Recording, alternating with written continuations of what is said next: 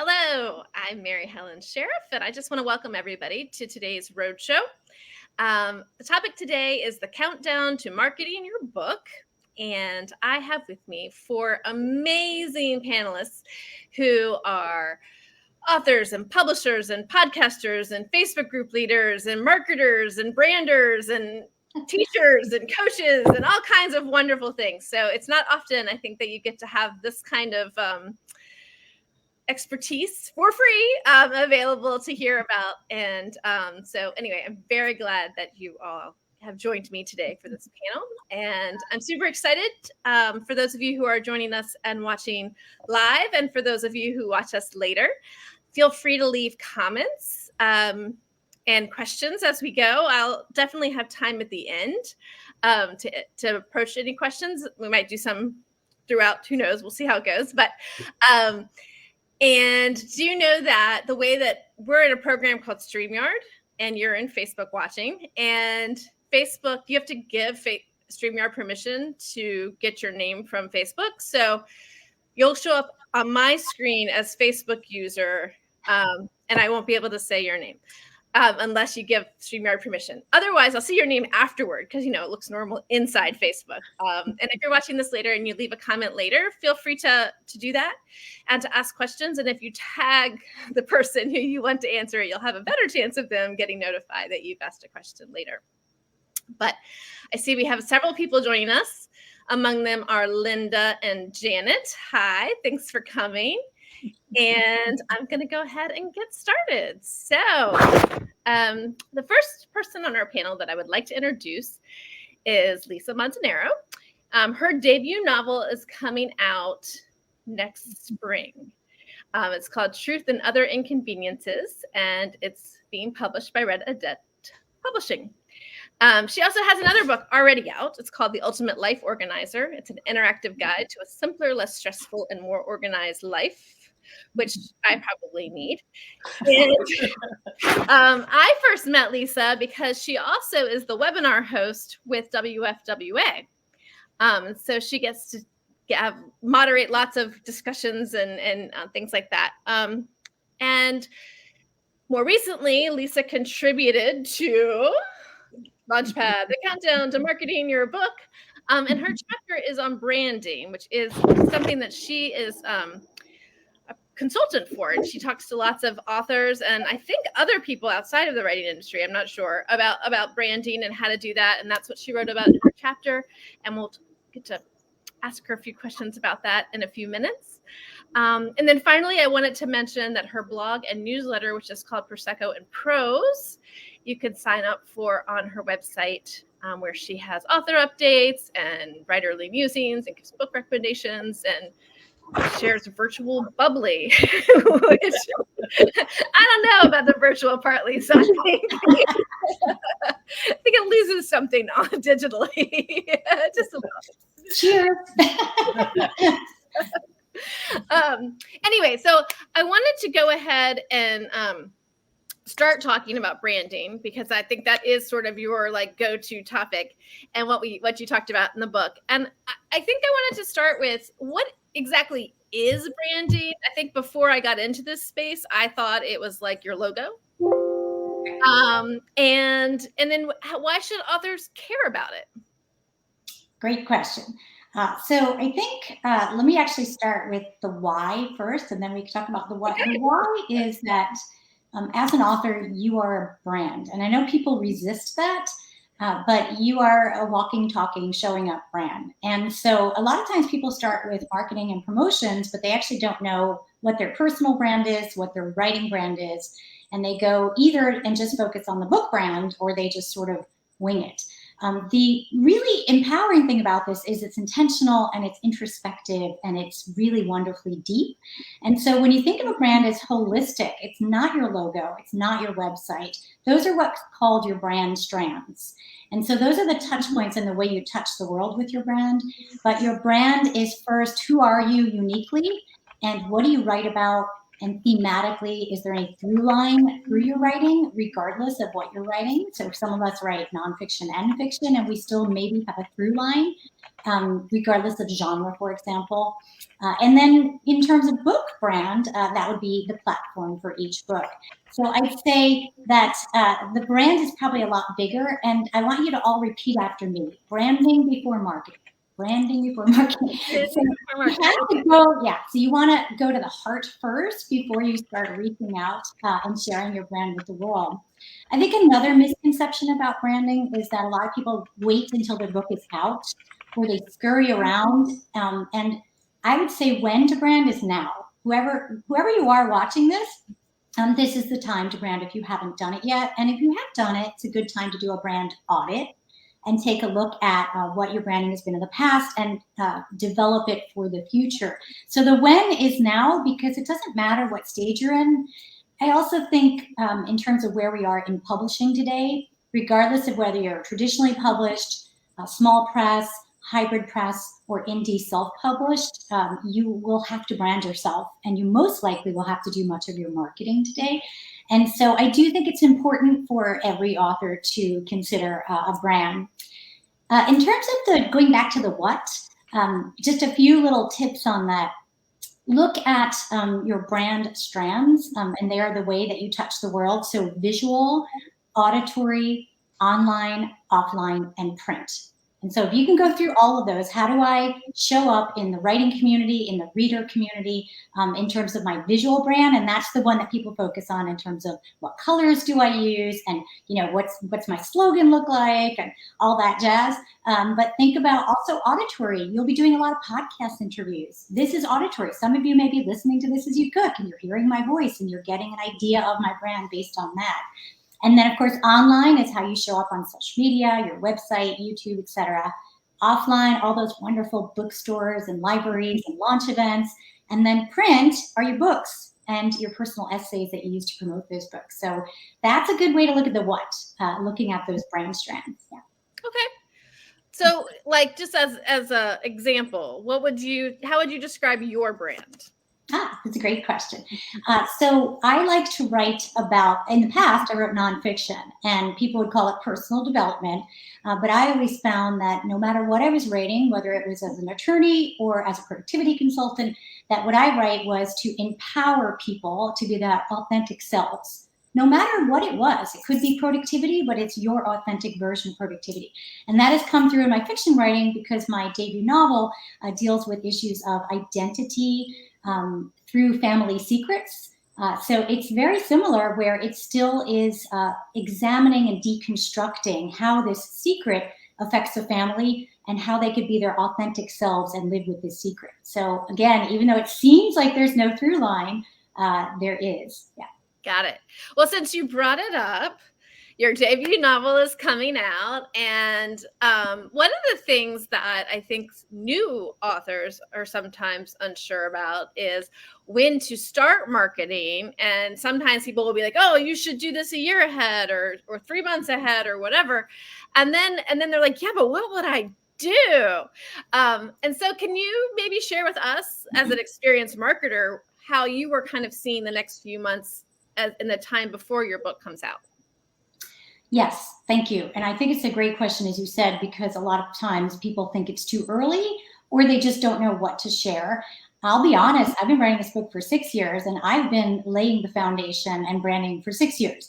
So people know, whether they're on my author newsletter list or whether they're on my social media, they know I've been working on this book at conferences and retreats and with developmental editors and writer coaches, etc. When I coach, I teach a model called CIA, and it's not the Central Intelligence Agency. It's control, influence, accept. And so what I'm trying to do is focus on what I can control and influence, and accept the things I cannot change, which is the slowness of the publishing industry. So that has become an exercise in patience being patient through impatience. But I bring that up because there are 3 things I can control. I can control the work itself. And so I'm working on the content editing stage with my editor through my publisher, and I'm loving it, because it's my last chance to spend with the characters before I release them in the world and they become everyone else's and not just mine. I can also control the author branding, and I can control the early marketing.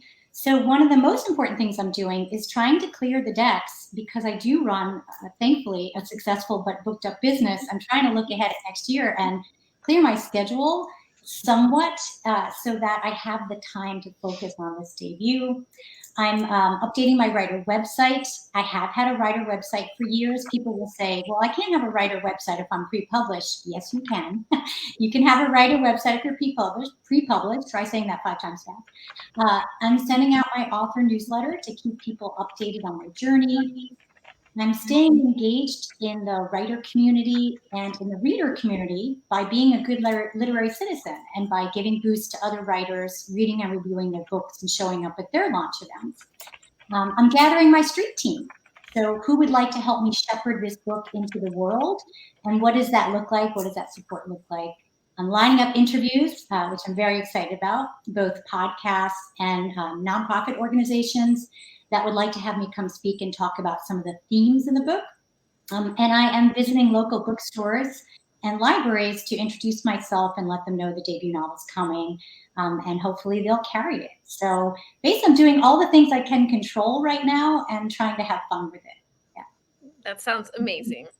That's awesome. And it's so great that you've had all these other experiences to kind of set you up for this.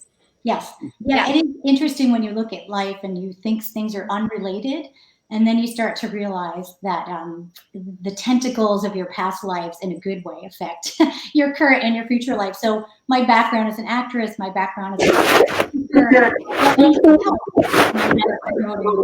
which is great. Awesome. Well, thank you very much. Thank you. Thank you. The next panelist I want to introduce is Charvette Mitchell.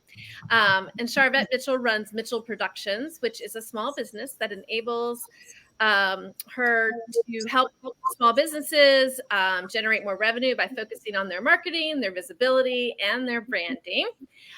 She does some one-on-one consulting, some group coaching, based on her framework, which is the Platform Builders. She does book collaborations and conferences, and she went to Virginia Commonwealth University and has a Bachelor of Science in Marketing.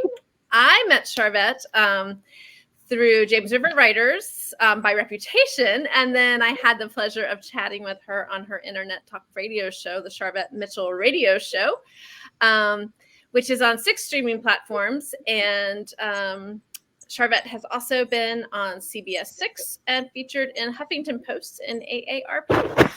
So we have quite a wonderful contributor to this, the launch of the Countdown to Marketing Your Book. Her chapter is on Facebook. But before we jump into Facebook, I wanted to know if you had any thoughts to add on to Lisa's about branding, because I know that's part of what you talk about with your clients too, in terms of like, how does one develop an author brand? What do you kind of think about that? Yeah, and so thank you. It's so great to be here with this esteemed panel, and certainly echo what Lisa has said. And so I think in the space that I'm in, and the type of authors that I work with are professional service providers. So you think about therapists, accountants, realtors, in that kind of space. And so from their author brand, it's usually one of 2 things that they're going to lean towards: either telling their transformational story, like why they're doing the type of work that they're doing, or if there's some intellectual property, if there's some tips, if there's some things that they're constantly telling clients or prospects, should they go ahead and like document that. And so really kind of those 2 buckets are where they're leaning. And then once they decide that, then this book collaboration that we do is added on to their overall personal brand. It's another way that the voice of their brand is able to be echoed throughout, the different audiences that they're trying to get in front of, and their expertise. And so I'm strong about and passionate about making sure that prospective authors, in particular in this space of professional service providers, know that the book adds to their authority and adds to their credibility and adds to their expertise. And so from the personal branding piece, it's really around tying in their expertise and elevating their expertise. So you're using books as a way to build their platform, not as the as their platform. Exactly. So they already have businesses. It's a way to add authority to what they do. Another way to serve clients. So for instance, if there's an author that's a therapist, they might say, my docket is full. Like I can't take any more couples, let's just say. But I'm writing, here are things that I can write that would help couples. And in that way, they could serve a larger population through a book versus them being able to like schedule a session with them. So it is definitely an add-on and expands their service offerings. Right. And so I love this because you're coming at this very much from a nonfiction point of view.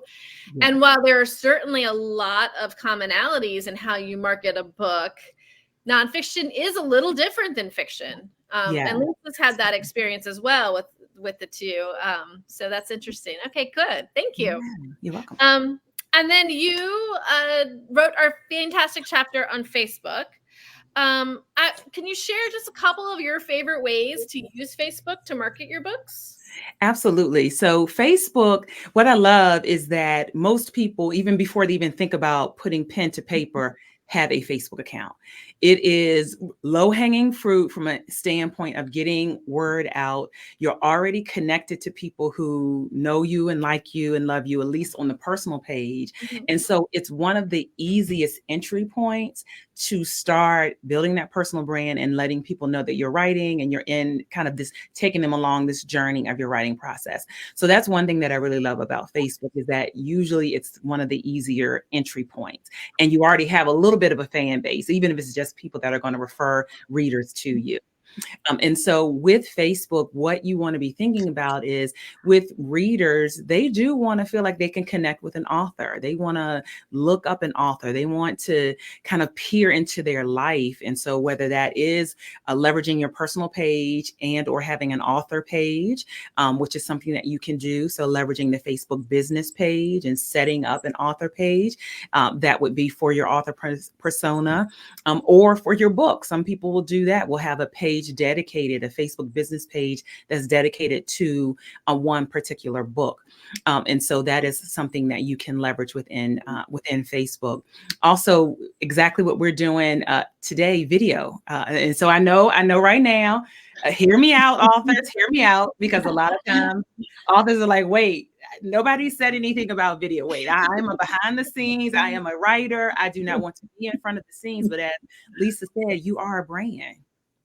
And here's what has happened. Movies, TV, they have elevated that an author is really a celebrity. So you're even a little bit of a celebrity in the eyesight of the average person. They think that you are at your summer home and you got a $250,000 advance and you're writing your book. And that may be the case for some that are watching, but for a lot, that's probably not the case. But because of movie and TVs and things like that, so that is the thought process. And so leverage that. And so video is definitely, there's an appetite for that. And so leverage Facebook video, and you don't have to do a live stream like we're doing. It could be a simple story. I love that Facebook says the 30 seconds is a story. We're writers, we tell stories. And so leverage stories, leverage reels. And so those are some of the things that I would lean into on Facebook. Mm-hmm. I really like the fact that you brought up story, because that's what writers do. And yet I think we sometimes forget that can be how you market too. Yeah. That can be a really powerful marketing tool. Yeah, absolutely. Because that's what people remember and resonate with. Mm-hmm. And all of the people that are out that are marketing, even, big businesses, they're storytellers. They recognize that it is about storytelling. So technically we should have a little bit of an edge up. We should. I'm not always so concise though. A novel and a marketing copy are a little different. Absolutely, we agree. But snippets, just think about what can you pull out, some sound bites, some which are good for when you go on interviews and when you get podcasts and all the things of the media things that you're going to be doing to promote your book. Then you will have had some practice if you leverage social media to kind of have those sound bites and pull out those kind of appetizer bites from your book. Awesome. Great. Thank you so much, Shervette. Thank you. Next, I'd like to introduce Erika Lance. Erika writes horror, suspense, science fiction, and fantasy. She is also the CEO of Four Horsemen Publications, Accomplishing Innovations Press, and The Little Horseman. And if that wasn't busy enough, she is a host of Drinking with Authors and the co-host of Eerie Travels podcast. Her chapter in this book is entitled Shameless Self-Promotion, which made me laugh when she told me that that was going to be her title. But we'll get to that in a second. But before we move away from social media, Eric, I'm putting you on the spot here because the last time you and I chatted behind the scenes, you were talking about TikTok a lot. And I think TikTok is something a lot of authors are interested in and scared of. And it's not something we really talk about too much, or a little bit, but not a ton in this book. So can you tell everyone what it is that you like about TikTok and how you're using it? Well, I will say I have about 140 authors right now, so there is a lot of do what I say, not as I do right at this moment in time. So I admit to this fairly, but TikTok is a very interesting thing because it can be very scary for people, but book talk, which is a part of TikTok, is huge. When we talk about finding our readers, right? Because you can become friends with authors and stuff, but finding readers is huge. And I am not a fan of Facebook ads or Amazon ads and things like that, because the way artificial intelligence, which runs what we see on Facebook and stuff like that, is changing the dynamics. And I give this example. So I'm a publisher. I have been for 4 years. I've been a published author for 15 years. I run a podcast for the last 5 years called Drinking with Authors. I never have any books in my Facebook feed as far as ads. Zero.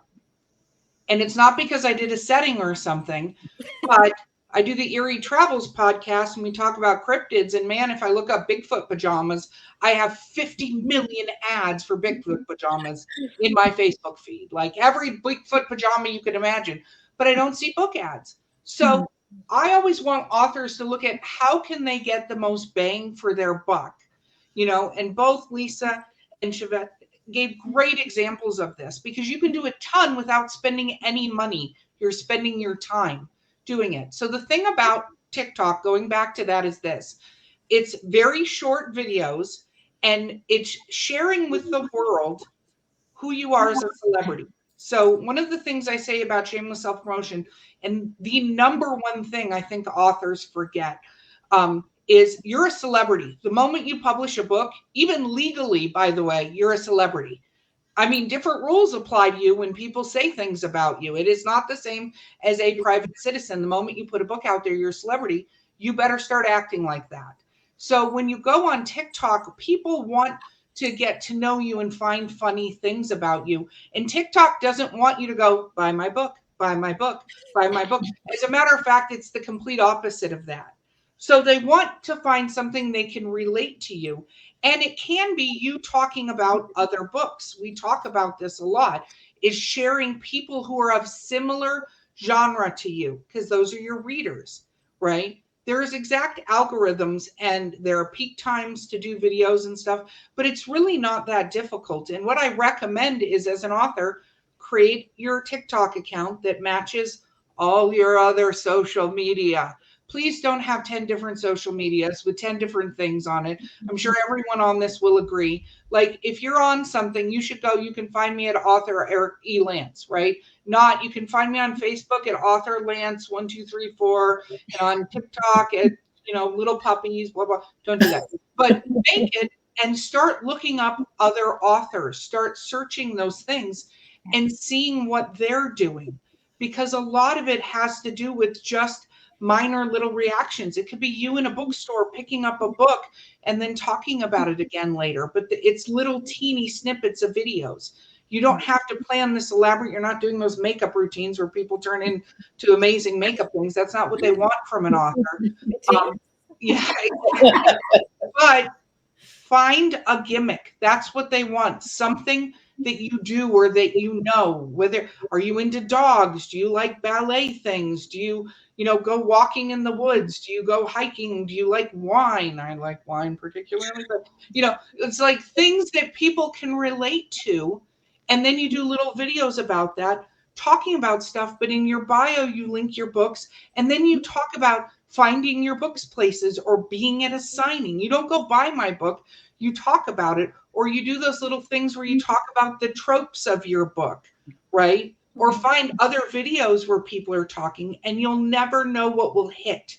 Like, you could do a video that you think is the best video in the world and everybody's going to like it, and you get no hits. And then you do a video talking about some little heart somebody drew in your cappuccino and how it reminds you of your cover. And like, you have 200,000 views and it goes viral. And so, but you have to put yourself out there to find readers. And it's what everyone else is saying. You have to brand, you have to put yourself out there to find other readers. And I'm sorry, I could talk about this a long time. I'll let you ask them. Well, I do want to touch in here a little bit about the concept of shameless self-promotion. You used it in your title. You just used it a minute ago. I know when I talk to authors, so many of them are so uncomfortable with the idea of promoting themselves and their books. What would you say to them in terms of like getting past that?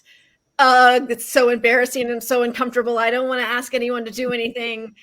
That's not me. I always just say, knock it the hell off. Like, I mean, you want people to read your book, right? And so here's the thing. You're a celebrity. I'm Erika Lance. I'm an author. I have books out.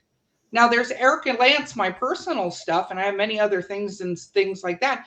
But I have to do that. Like, my number one question anytime I meet an author is, can I have your business card? You should see the look I get on my face when people can't hand me a business card. Have a business card on you always with all of your social media, your website, or a link tree. Like, if you don't have that on you, I take it with me in my pajamas when I go to Walmart. I go to the gas station, I have it in my pocket, everything. Also, like, if I go to coffee shops and stuff like that, I put my book right next to me on the counter because people will ask you about it. The amount of books I've sold, and my partner at Four Horsemen, Valerie Willis, like, we jokingly call it our shame trunk. Like, we have all of our books in our trunk. Like, oh, you want a copy? I think I might have one around here somewhere. No, there's boxes in the trunk of my books. Like, I just move stuff around and make it look noisy before I hand it to them, you know? But you never know. So, like, if people will ask you, oh, what do you do? I don't care what you do for your day job. The answer is, oh, I'm an author. The moment those words come out of your mouth, people will always 100% of the time go, what do you write? Then, business card. Here's my business card. I write this. And you better have your elevator pitch down. They're not going to ask you 4 million personal questions. They're going to tell you they think it's cool or to tell them about your story. So you're not revealing your deepest, darkest secrets and that you sit on the couch and eat peanut butter out of a jar. Nobody cares about that. I might ask you that on Drinking with Authors, but nobody really cares about that. What they want to know is about your work. And if you don't own it, and if you're not proud of it, I know a lot of writers are introverts, but if you don't do that, you will have a very hard time convincing anyone else to do that for you. Like, right. If you go to conventions anywhere, business cards, like if people talk, just give them the business card, because you never know where your biggest fan in the entire world will be. Like, I had this wonderful little older woman come up to me, right? I write horror that doesn't have happy endings. It's gruesome and usually psychologically damning. I'm proud of this fact. But this little lady walked up to me and she's like, are you Erika Lance? And I'm like, yes. And I was very nervous because I was like, what did I do? And she's like, oh my God, I love your books. I love this story. And she was gushing about this story. Now, if I was to look at a row of humans, I wouldn't go, that's my demographic right there. But she was, and she was so excited to meet me because we're celebrities. Like Trevette touched on this. You are a celebrity in their mind. You get all behind your little table with your books and whatever. But the moment you go, do you want me to sign it? Do you see how excited people get that you'd sign their book for them and do that? That's not expected, that they're meeting somebody they love. So you have to own that celebrity aspect of you. It doesn't have to change who you are, but you now have a celebrity sort of shield in front of you, and you have to be that celebrity. Yeah. Mary Helen, would you mind if I chimed in for 1 second? Go for it. Because Erika's making me die laughing over here. But also touched on some really interesting points. And I think just going back to branding, like Charlotte and I were talking about, when you're clear on your brand, it actually helps you overcome things like comparison trap syndrome, imposter syndrome, because you don't need to compare yourself to everyone else. You can uniquely be you. So you are very clear on what you write, why you write, and who you write for. And when you have that clarity, it makes you more confident, because you realize that your readers identify with what you're writing and with why you're writing it and with who you are. And I think that helps you. So I think when you do the branding first or throughout, because as creatives, we all fall into that comparison trap and imposter syndrome and perfectionism. And there are a lot of syndromes we have, but this can help you overcome it. And so when we think of promotion, it's very scary, but when we think of connecting, and so I like to use the 4 C's of marketing, which are, you have great content, all of you, and you're going to communicate it well, and you're going to be confident and consistent in that communication and make a genuine connection. And when you focus on that, it's just not as scary. So go back to the branding before the shameless self-promotion, and then I think you can wear it better. Yeah. That all makes a lot of sense. Absolutely. So Erika, before we move on to Linda, I wanted to tell you a few things from the comments, because I'm not sure you can see them. And one is that several people have chimed in to say they love your podcast, Drinking with Authors. Oh, thank you. And that Janet has mentioned that instead of a business card, she carries around bookmarks, which is a good idea too. Someone else, again, Facebook user, but someone else carries around decals with their logo on the back of their computer, so that people at cafes and stuff can come and ask about that. Oh, I think those are great ideas. I agree with branding. I do talk about that a little bit in the beginning of my chapter too, but I agree, Lisa, 100%. You have to know your brand when you go out there, know your messages and know your elevator pitch and all this stuff, so that you're confident, because that way when people ask you questions, you already know the answers to this, right? But I think, beginning when you start to write all of that stuff, just make really sure, like, imposter syndrome is a very interesting thing too that plays into this, because people want to read what you're writing. We write in an echo chamber, right? The majority of the time, I know some people read their reviews. Some people are terrified by reading reviews because whatever, it's like a bulletin board out there, but you don't get necessarily the feedback from the people that you've impressed your work on the most, that has made life changes, that has done stuff to you. And I know this because I write under a different pen name in a different genre. And I found out from somebody who came up to me that there was this whole group of nurses reading this one book together and talking about this book together and doing this whole thing. There were no reviews on this. There was no mentions on it. There was nothing on social media, but there was a group of 10 nurses at this hospital that were using it during COVID to lighten what was happening with them, because it's humorous erotica. And so you never know the impact you're necessarily going to have with people. And the only reason I found this out is because somebody who works with them by default knows me in person and said, oh, hey, I know that author. And that's how I found it out. They weren't going to post it anywhere. Your work will make a difference to people that you will never see. So remember that when you're out there, is you never know who you're encountering that you're a hero of, and that you've impacted their life. And when we meet the celebrities who have impacted our lives and stuff like that, it makes a huge difference how they react to that meeting with us. So kind of meet every person knowing they could either be your number one fan in the future, or they may already be your number one fan and just not know that it's you. Yeah. And, to add to that idea, like the whole shameless self-promotion thing, if you don't self-promote, no one else is going to do it. I mean, you can pay someone else to do it, but it's not going to be the same. And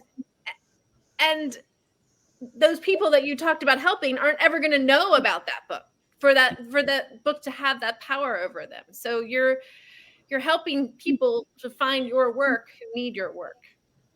Exactly. And I did notice, I actually can see the comments. I want to do a book talk, a little unsure. I'm telling you, look up other authors. You can search in TikTok for authors writing. Just start looking up other authors and see how they're doing it. You will get an idea. And just know that even if you post once a week on there, I recommend to people all the time. Some people post every day and they can do it, but I go set aside marketing time, do a bunch of videos. They're less than 30 seconds, less than a minute. You cannot go over a minute, but the shorter, the better. People have limited attention spans now. Back when we used to watch much longer things, but now if it's more than a minute, the reel is too long. Psh, next. So maybe take a day and do a whole bunch of them and just line them up to release them in whatever cadence you want to, because we all need to dedicate marketing time. So yeah. Yeah, good idea. And Mary, can I just add on to that? So if you take that batch approach that Erika's just saying, now you have this content, you have it for TikTok, Book Talk, but guess what? Probably works as a Facebook reel, probably works as a Facebook story, probably works as an Instagram story, probably works as an Instagram reel. So now you've created once and have multiple places that you can share. And all of those different platforms do have different big audiences, right? And so that's one thing that Linda just asked about. She's like, isn't TikTok for young readers? It's not. I'll tell you, not everybody. I call it the talk. I'm trying to make that happen. It's not happening. Not everybody is on it, but not everybody who's young is on it. Like different age groups, but you'd be amazed how much that creates word of mouth.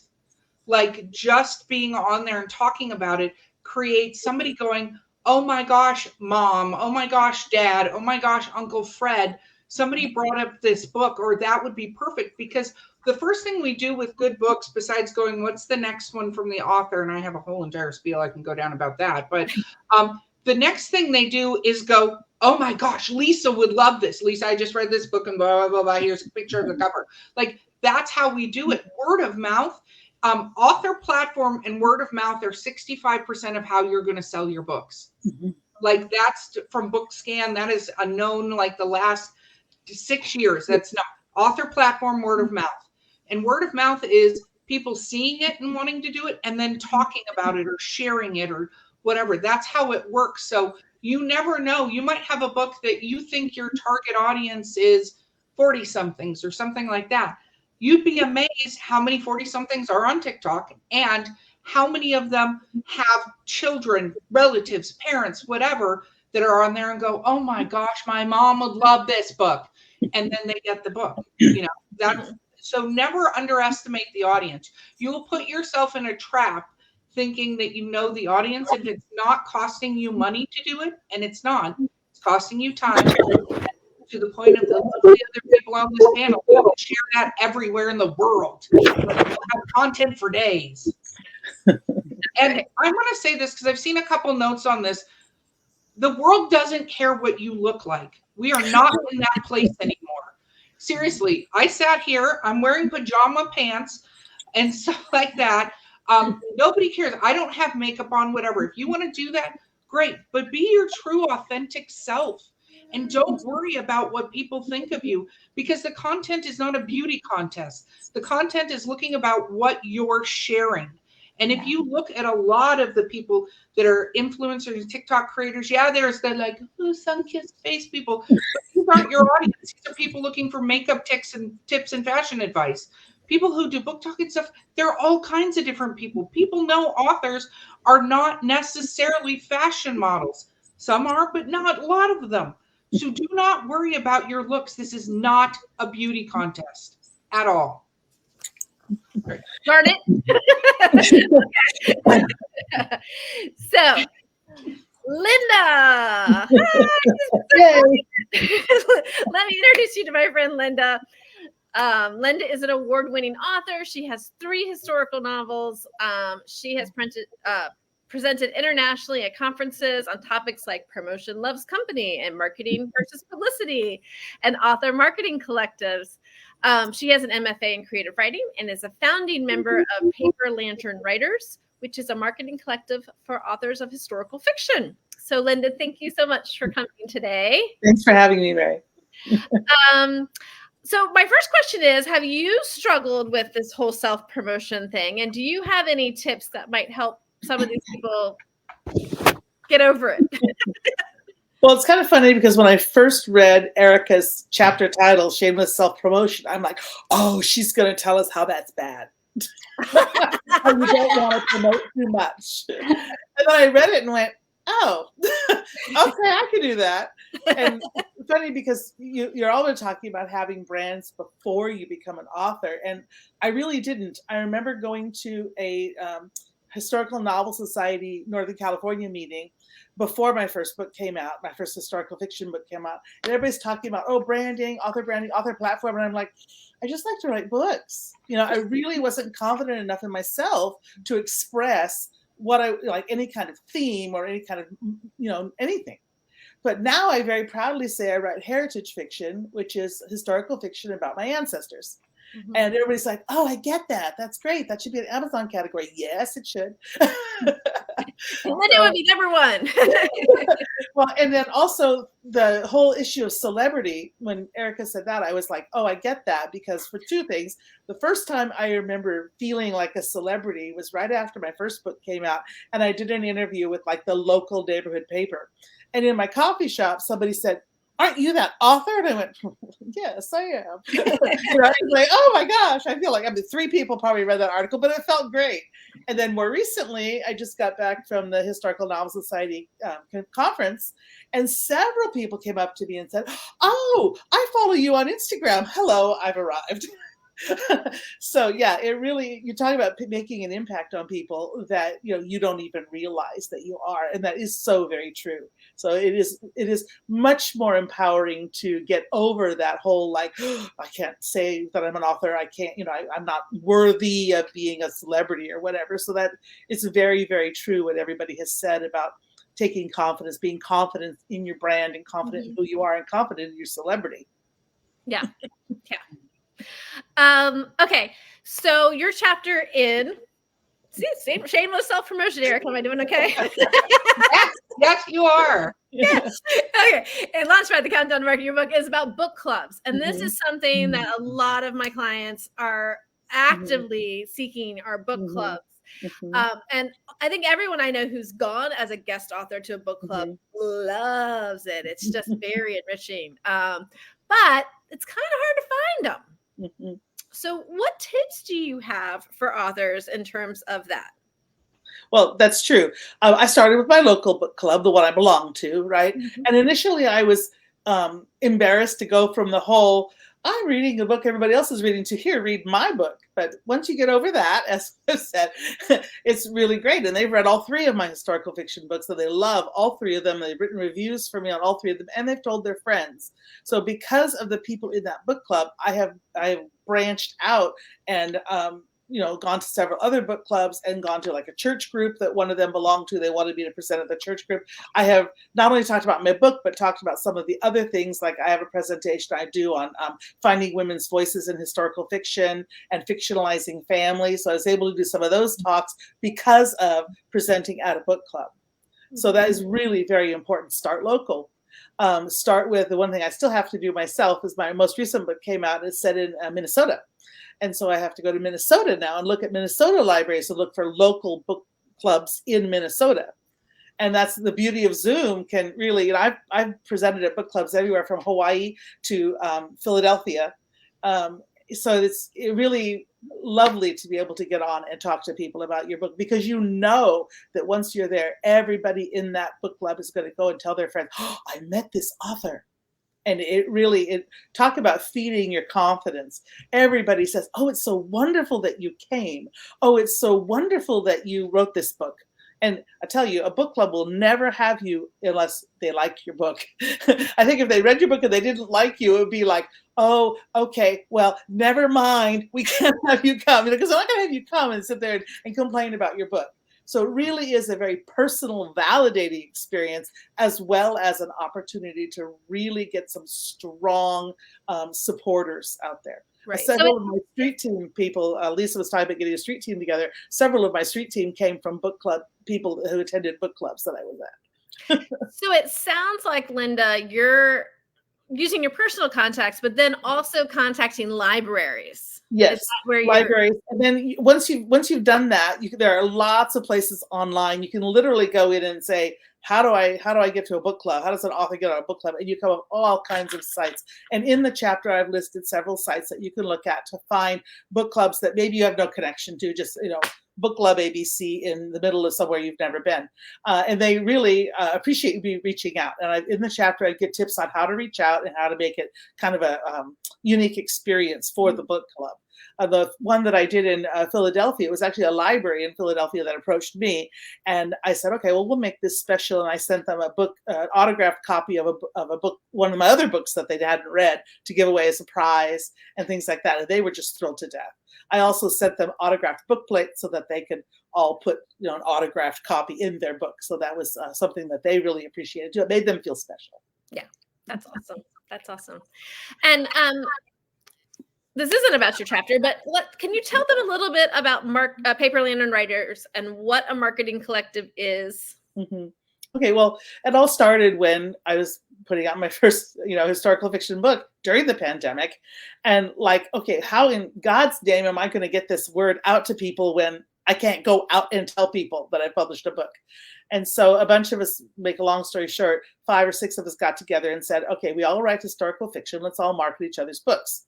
And now we have 15 members, and we're in 4 years, and we're still marketing each other's books. We have a newsletter, we have a website, we're on social media. And it's kind of nice for me because it gives me extra power, because I'm not on YouTube. I don't do YouTube, but Paper Lantern Writers has a YouTube channel that has interviews with me, right? I do Instagram and Facebook, but we have members who do Threads and who Twitter. And so I appear on those platforms, even though I personally don't have to post on them, which is really nice from a managing time standpoint. Yeah. And then plus the whole camaraderie of being with a bunch of people who are all trying to do the same thing. That's helpful too. Yes, absolutely. And jump in real quick. Sorry. No. I think that's amazing, because I think one thing people underestimate is this.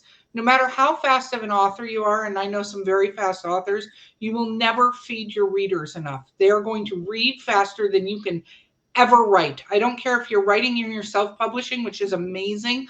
You will never feed them. So finding a network of other authors that you create sort of a matrix collective of people that feed that same genre to your author, so you're never forgotten. Because for some people, it takes several years for books to come out. Especially historical fiction. Your audience, yeah. And so if that's the case, finding something like Paper Lantern, or just reaching out to other authors and sharing newsletters and sharing things like that, because you never know what the reach is. For instance, if, we were cross-pollinated, Mary. I don't think you're going to with my book because, well, psychologically damaging people's brain. But doing that, you get my readers, I get your readers. That's how it works. And we have to, because it, again, such a solo thing. I think that's amazing, Linda. I just want to say, but Thank you. Create that too by just reaching out to other authors.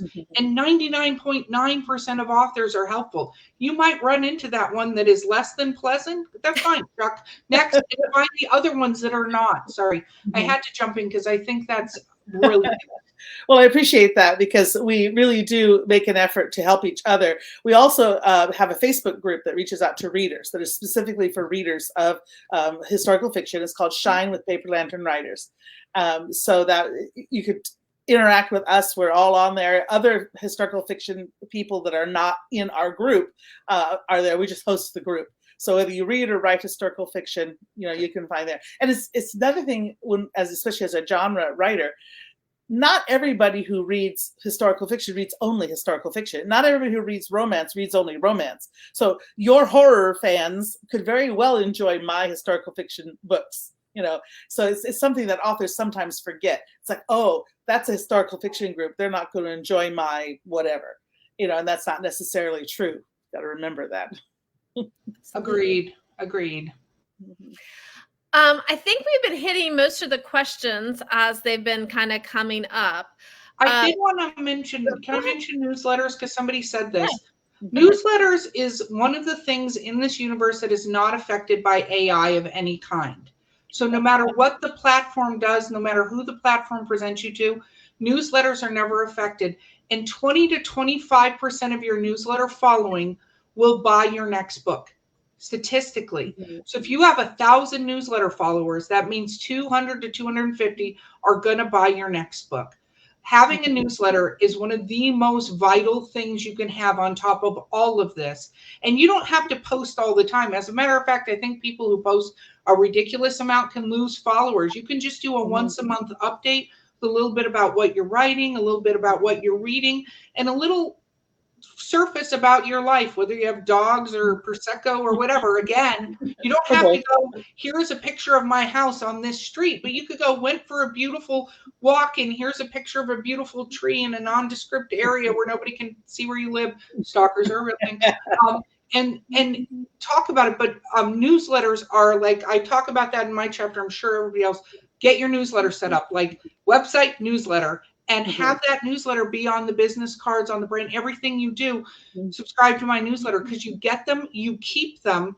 And that's also how you can do the sharing of other things, is you do takeovers and let people take over the newsletters and keep that going and keep that audience. But 20 to 25%. Always, if you're doing anything, get newsletter subscribers, give away pens and give them a newsletter, give them stickers and get a newsletter subscriber, whatever you have to do, because that is going to be cash and sales for you. And to piggyback on that, I don't have enough content, because historical fiction takes a long time to research and then write. I can't pump one out every month, right? So it's hard for me, for a monthly newsletter, to have stuff to say, right? So being part of a collective where there's 15 of us, I may not be in there every month, but there's some content every month that's new to our followers. We have 2,500 subscribers because all 15 of us reach out in different areas, right? So it's really an amazing thing. So we do a monthly newsletter, and we do a new release blast whenever somebody has a book come out. Yeah. And Book a Short Trip, where we are watching this, is a lot of the same kind of thing. And so I guess a lot of you who are watching are probably already familiar with that kind of concept anyway. So awesome. So one of the people in the audience right now is Grace Salmon, and I would be super remiss if I did not mention Grace. So Grace is the brainchild of this whole series, which this one is Launchpad, the Countdown to Marketing Your Book. There's also one on publishing, and there's also one on writing. And Grace kind of had this idea, reached out to a couple of us, and then, each of the three other people took a lead on one of the books. So, my lead was on marketing, and that's what we're talking about today. But there are the other two books that are also available on Amazon, Barnes & Noble, wherever you can buy books online. And then I also wanted to mention that there are tons of chapters in here with topics that we haven't talked about. One of those is a chapter on newsletters, which we just kind of touched on. There's one chapter that I really liked. It's on being a good literary citizen, which I think is really interesting, because there are ways that you can insult people without meaning to. There are ways to do something politely that you might not necessarily know if you're just kind of walking into a space. And so she kind of gives you some guidelines on how to be a good part of the community and how to be received well and that kind of thing. So that's a fun chapter. And then there's stuff on websites and book events and book reviews. Annie McDonald is here watching right now, and she wrote a chapter on book reviews. That's fantastic. She runs the Write Review, which is a giant book review Facebook group, and she has a website, and she's been doing that for a long time.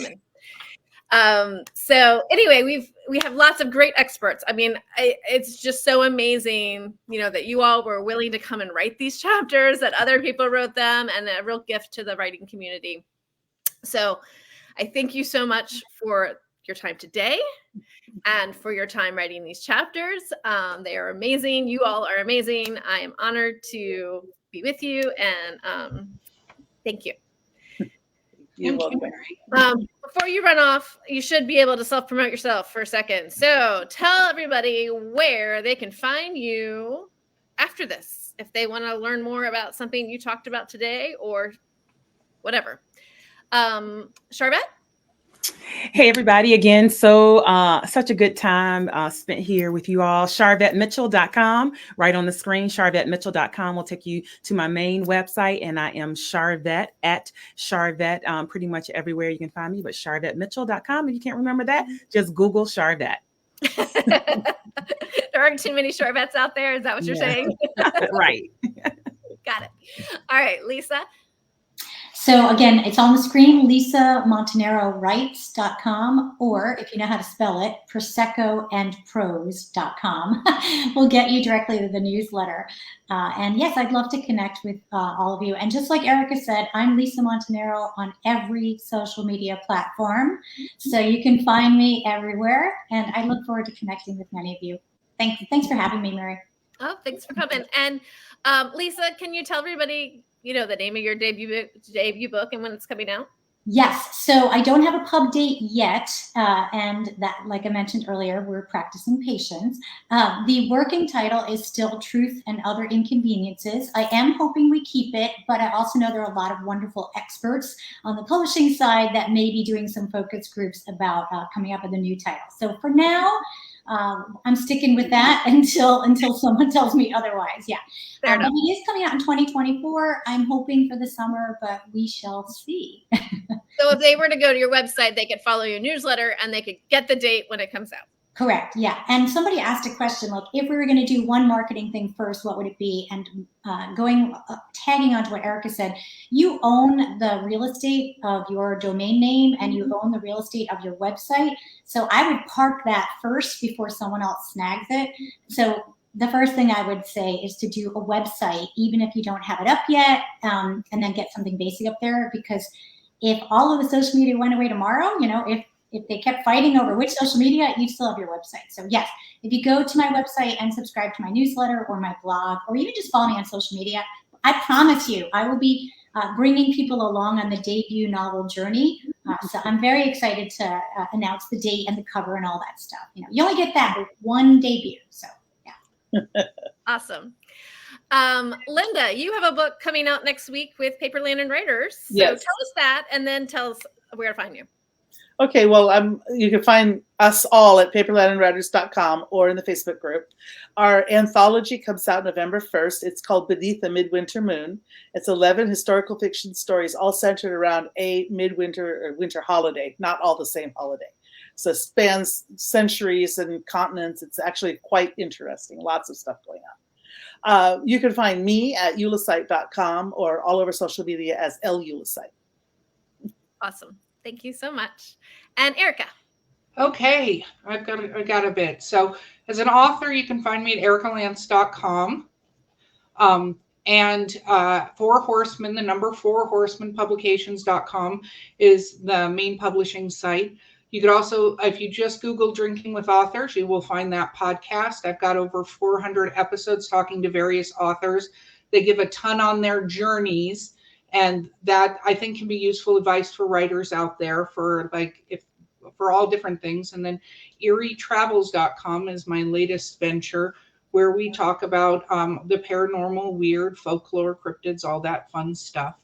And we just put out, and I should have had it on the desk, and that is my fault, bad, but the Author's Accountability Guide is a book we put out every year, and it's so you can track your writing and keeps you accountable. And there's a Facebook group so that it doesn't have to be a solitary sport. So if you do need some motivation, the Author's Accountability Guide, there are 4 muses who keep you on track throughout the year, and it's a very easy way to track your writing and so you can hit your goals. Awesome. That sounds great. And thanks to everyone who joined us today. I, again, am Mary Helen Sheriff, and you can find me at maryhelensheriff.com. And, this was my latest project, Launchpad, the countdown to marketing your book. But I also have newsletters. And if you're into marketing, I have a marketing newsletter called Nuts and Bolts. So you can go to my website and learn a little bit more about the marketing services that I offer. So thank you to everyone who watched today. And for those of you who might watch later, it's been a real pleasure. Yes, Bye. thank you. Bye. Thank you. Bye, everyone.